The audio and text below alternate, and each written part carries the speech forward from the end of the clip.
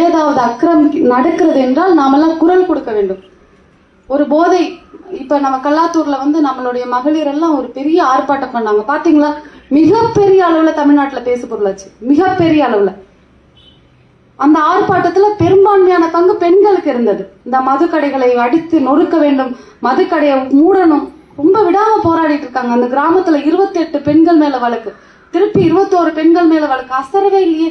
என்ன தூக்கி உள்ள போட்டா போடட்டும், இந்த மதுக்கடையை நாங்க விரட்டி அடிக்காம விட மாட்டோம். இப்ப அடுத்த போராட்டம் பண்றதுக்காக அவர்கள் ஆலோசனை செய்துட்டு இருக்காங்க.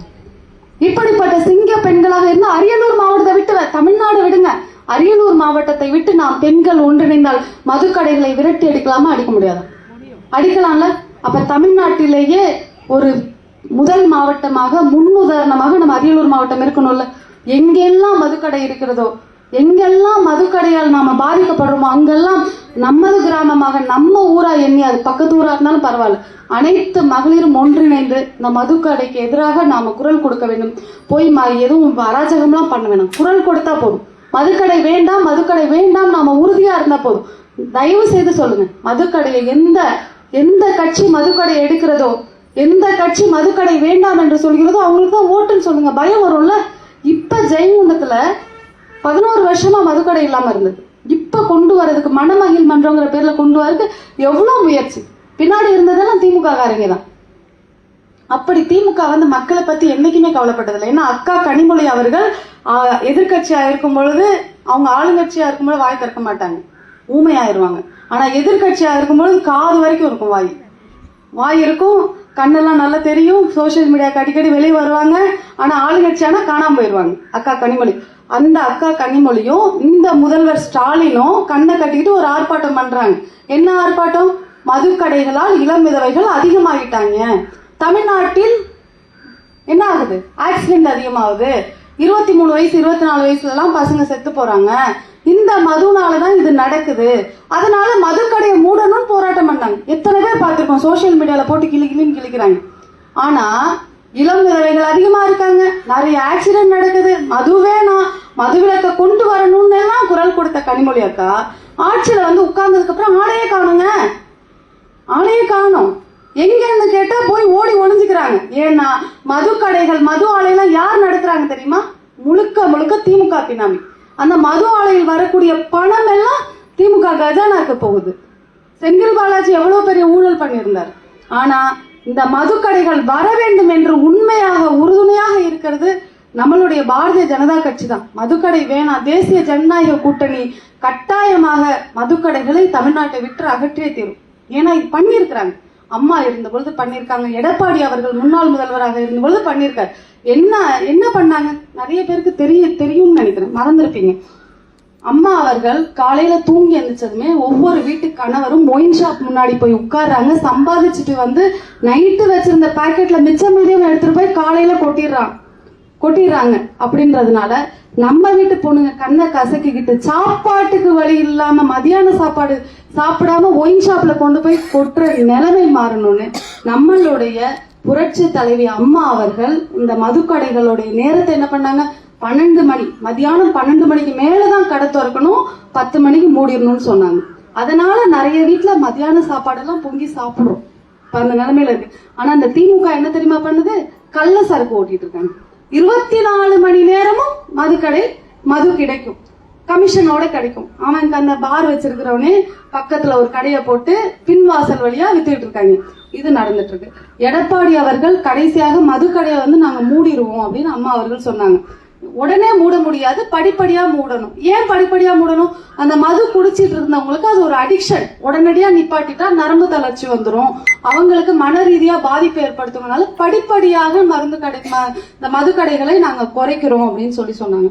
அது மாதிரியே குறைச்சிக்கிட்டு கடைசியா 500 கடை மூடினது எப்படின்னா எடப்பாடி அவர்கள் ஆட்சியில தான். இந்த திமுக வந்ததுக்கு அப்புறம் என்ன பண்ணிட்டு இருக்காங்க? மதுக்கடைகளை அங்கொன்றும் இங்கொன்றுமாக கண்கட்டி வித்தை காட்டி திறந்து வச்சிட்டு இருக்காங்க, அதிகப்படுத்திட்டு இருக்காங்க. தமிழ்நாட்டின் வருமானமே மதுக்கடையில தான் வருது, அதை வச்சுதான் நாங்க அரசாங்கத்தை நடத்துறோம்னு வெட்கம் இல்லாம சொல்றாங்க. தாலிக்கு தங்கம் கொடுத்தாங்க, அம்மா அவர்கள் கொடுத்தாங்கல்ல, அந்த திட்டத்துக்கு 3 விழா நடத்தினதான் இந்த திமுக காரங்க பண்ணது. அம்மா உணவகம் இருக்கு, அம்மா உணவகம் பார்த்திருப்போம், ஜெயங்கொண்டத்துல கூட அந்த உணவகத்தோட நிலைமை முன்னாடி எப்படி இருந்தது எடப்பாடி ஆட்சியில இப்ப எப்படி இருக்கு பாக்குறோம் இல்லையா? அம்மா உணவகத்தை மூடினது, பிள்ளைகளுக்கு லேப்டாப் 11வது 12வது பிள்ளைகளுக்கு லேப்டாப் கொடுத்தாங்க, சைக்கிள் கொடுத்தாங்க. இதெல்லாம் விரட்டி அடிச்சு இல்லாம பண்ணதான் இவர்கள் பண்ண சாதனை. போதா குறைக்கு தாலிக்கு தங்கம் திட்டத்தை ரத்து பண்ண மாதிரி நகைக்கடனை நாங்க ரத்து பண்ணிடுறோம்னு சொல்லி ஏமாத்தி தான் ஆட்சிக்கு வந்தாங்க. ஆனா என்ன ஆச்சு? நகைக்கடன் ரத்து பண்ணுவாங்கன்னு கொண்டு போய் அடகு வச்சாலும் நம்மள மாதிரி இல்லாதவங்க, ஏழைப்பட்டவங்க இருந்தது நம்ம கிட்ட அதிகபட்ச நகை 5 பவுன் தாங்க இருக்கும். அந்த 5 பவுனும் நமக்கு மிச்சமாயிடும். கொண்டு போய் பேங்க்ல வச்சா இவங்க தள்ளுபடி பண்ணுவாங்கன்னு காத்து இந்த 5 வருஷமே ஓடி போச்சு. இனிமே தள்ளுபடி பண்ணா என்ன, பண்ணாட்டி என்ன? ஏன்னா நகையை முழுகி போச்சு. நிறைய பேருக்கு நகையை முழுகி போச்சு. அன்னைக்கு 1.5 லட்சம் ரூபாய் நகையோட விலை. இன்னைக்கு 5 பவுன் எடுக்கணும்னா எவ்வளவு வேணும்? 6.5 லட்சம் ரூபாய் வேணும். 6.5 லட்சம் ரூபாய் இருந்தாதான் 5 பவுன் நகை எடுக்க முடியும். இப்படி மிகப்பெரிய ஒரு துரோகத்தை பெண் இனத்திற்கு பண்ணிட்டு இருக்காங்க. இது மட்டும் கிடையாது. இலவச பஸ் விடுறேன்னு சொல்லி 10 பஸ் போன இடத்துக்குலாம் இன்னைக்கு 1 பஸ் போகுது. 1 பஸ் போன இடத்துக்கு பஸ்ஸே போகல. கேட்டா எங்கள்கிட்ட போக்குவரத்து துறை அமைச்சர் சொல்றாரு, நாங்க புதுசா பஸ் விட்டோம். ஏன் புதுசா பஸ் விட்டா 10 பஸ் போன இடத்துக்கு 20 பஸ்ல வரணும்? 10 பஸ் போன இடத்துல 1 பஸ் போயிட்டு இருக்குயா? அதுதான் இன்னைக்கு நிலைமை. போகக்கூடிய 1 பஸ் 2 பஸ்ஸுமே டயர் கலந்து போடுது, டாப்பு கழட்டிக்கிட்டு போகுது. பஸ்ஸோட டிக்கெட் நமக்கு இலவசம் சொல்லிட்டு ஆண்கள் போற கட்டணம் என்ன ஆச்சு? 2 மடங்கு அதிகப்படுத்திட்டாங்க. இதுல என்ன இலவசம்? இதுல போதா குறைக்கு பஸ் கண்டக்டர் டிரைவர்லாம் பஸ்ல ஏறினதுக்கு அப்புறம் நம்மள எல்லாம் திட்டுறாங்க. அக்கா சொல்றாங்க என்ன திட்டுறாங்க?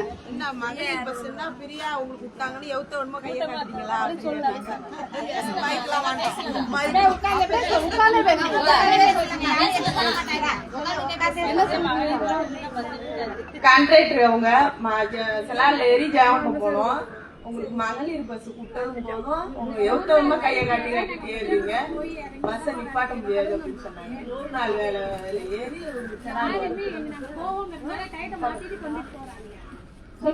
வயசானவங்க ஏறுறாங்க, இறக்கி விட்டு போறாங்க.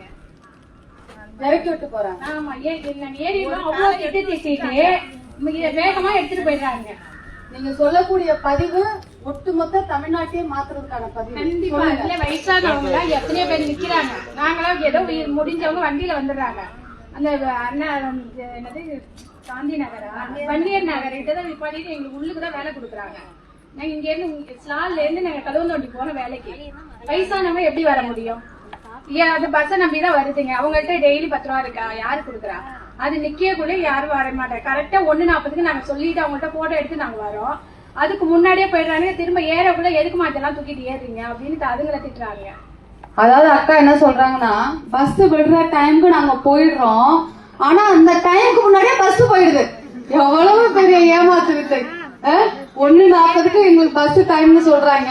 1:40க்கு வந்தோம்னா 1:30க்கே பஸ் போயிடுது. அதுக்கு எதுக்கு அந்த இலவச பஸ்ன்னு அக்கா கேக்குறாங்க. இப்படி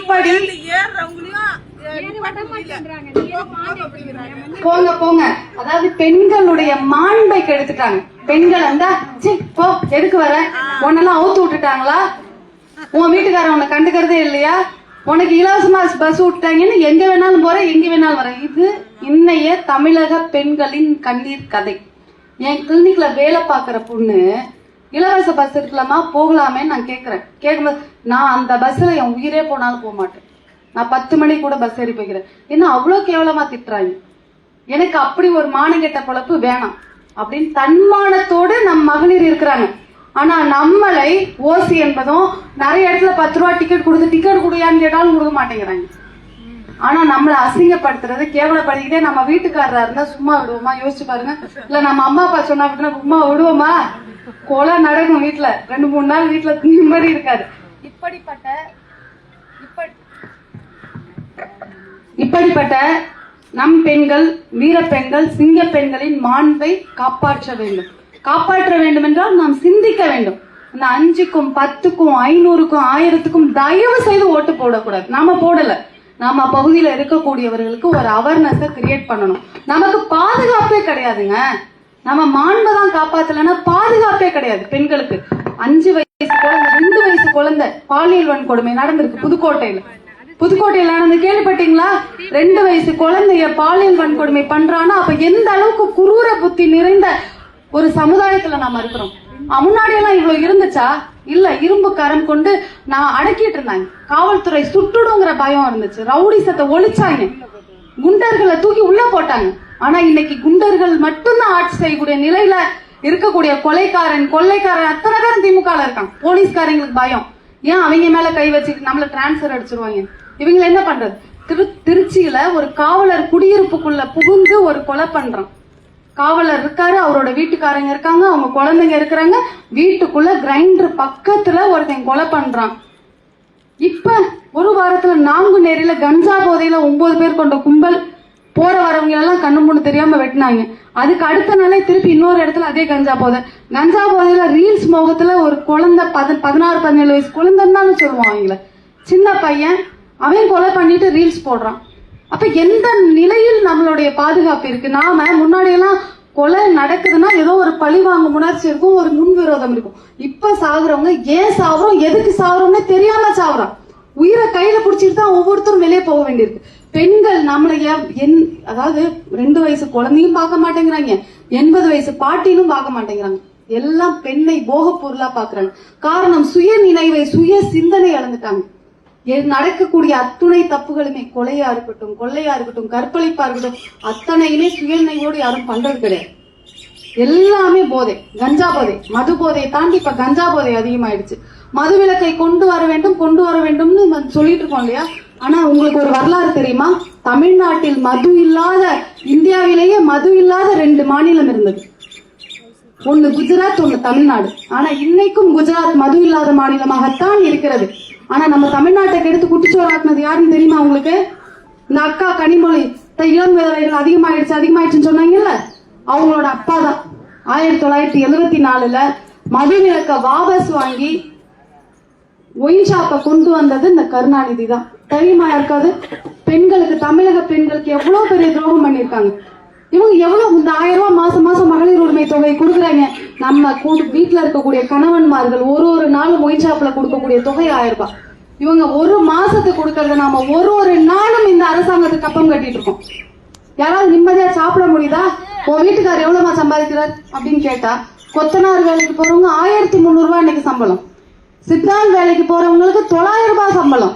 ஆனா வீட்டுக்கு 1 ரூபாய் வருதான்னு கேட்டா கிடையாது. வேலை செய்யறாங்க குடிக்கிறாங்க, வேலை செய்யறாங்க குடிக்கிறாங்க. 23 வயசு 25 வயசுல கல்லீரல் நொந்து போச்சு, கிட்னி கெட்டு போச்சு. இதெல்லாம் கேள்விப்பட்டிருக்குமா? அங்கொன்றுமாக இங்க இருந்தது, வீட்டுக்கு வீடு இருக்கு. எல்லாம் இந்த குடிக்கலாங்க. முன்னாடி இருந்துச்சு. எப்படி இருந்தது? தென்னங்கல்லு, பனங்கல்லு குடிச்சோம். உடம்பு ஆரோக்கியமா இருந்தது, உடல் வலுவாக இருந்தது, எந்த உடல் உறுப்புகளும் கெட்டு போகவில்லை. யாருக்காவது ஏதாவது கெட்டு போச்சு நம்ம கேள்விப்பட்டிருக்கோமா? தென்னங்கல் குடிச்சு, பனங்கல் குடிச்சு. ஆனா இந்த மது குடித்து இப்ப கஞ்சாவும் அடித்து 25 வயசு 30 வயசுல உண்மையிலுமே தாலி இருக்கிற நிலைமையில தான் தமிழக பெண்கள் இருக்கிறாங்க. இந்த தமிழக பெண்களின் கண்ணீருக்கு விட வேண்டும். தமிழக பெண்களின் அவர்களுடைய மானத்திற்கு பதில் வேண்டும். நம்மள ஓசி என்று சொல்றாங்க, அதற்கு தக்க பதில் அளிக்கணும். இவர்களுக்கு எவ்வளவு திமிர் இருந்திருந்தா மகளிர் உரிமை தொகை தரேன்னு சொல்லி நம்மளை ஏமாத்தி ஆட்சிக்கு வந்ததுக்கு அப்புறம் 28 மாசம் நமக்கு அந்த மகளிர் உரிமை தொகை கொடுக்கல. எப்படி கொடுத்தாங்க? மக்கள் அங்கங்க ஆர்ப்பாட்டம் பண்ணாங்க, எதிர்கட்சி குரல் கொடுத்தாங்க, பயம் வந்துருச்சு கொடுத்தாங்க. இல்லைன்னா கொடுத்துருப்பாங்களா? தூய்மை பணியாளர்களுக்கு பணி நிரந்தரம் கிடையாது, அரசாங்க ஆசிரியர்களுக்கு பணி நிரந்தரம் இல்ல, சரி வேலைக்கு சரி சம்பளம் இல்ல. கௌரவ ஆசிரியர்கள் 25,000 தான் சம்பளம் வாங்குறாங்க இப்ப வரைக்கும்.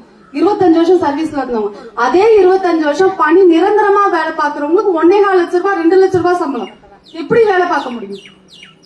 ஆசிரியர்கள் தொடங்கி டாக்டர், நர்ஸ், யாருக்குமே சரி வேலை சம ஊதியம் கிடையாது. சரி வேலைக்கு சம ஊதியம் இருந்திருந்தா நமக்கு சரியான வைத்தியம் கிடைச்சிருக்கோங்க. அரசாங்க ஆஸ்பத்திரிக்கு போனோம்னா நமக்கு 10 நாள் ஊசி போட்டாலும் சரியாவதா இருக்காது. ஏன்னா சரியான மருந்து மாத்திரை இல்ல, தரமான மருத்துவமனைகளும் இல்ல, தரமான மருந்து மாத்திரைகளும் இல்ல. அரசாங்க பள்ளிக்கூடம் ஸ்மார்ட் வகுப்புகளா மாத்திரைனாங்கல்ல, யாராவது நம்ம அரசாங்க பள்ளிக்கூடத்துல நம்ம பிள்ளை சேர்த்திருக்கோமா? 10% கீழே தான் சேர்த்திருக்கோம். அதுவும் எடப்பாடியார் அவர்கள் கொண்டு வந்த 7.5 விழுக்காடு இடஒதுக்கீடு இருக்கனாலதான் இன்னைக்கும் அரசாங்க பள்ளிக்கூடத்துல அங்கொன்னும் இங்கொன்னுமாக ஒரு 10 பேர் 100 பேர் படிக்கிறாங்க. எல்லாம் தனியார் பள்ளிக்கூடம். ஏன்னா தரமான கல்வி இல்ல, தரமான கட்டடம் இல்ல, கட்டடம் இஞ்சி எப்ப பிள்ளைங்க மேல விழும் பயம், சரியான பாத்ரூம் பராமரிப்பு இல்ல.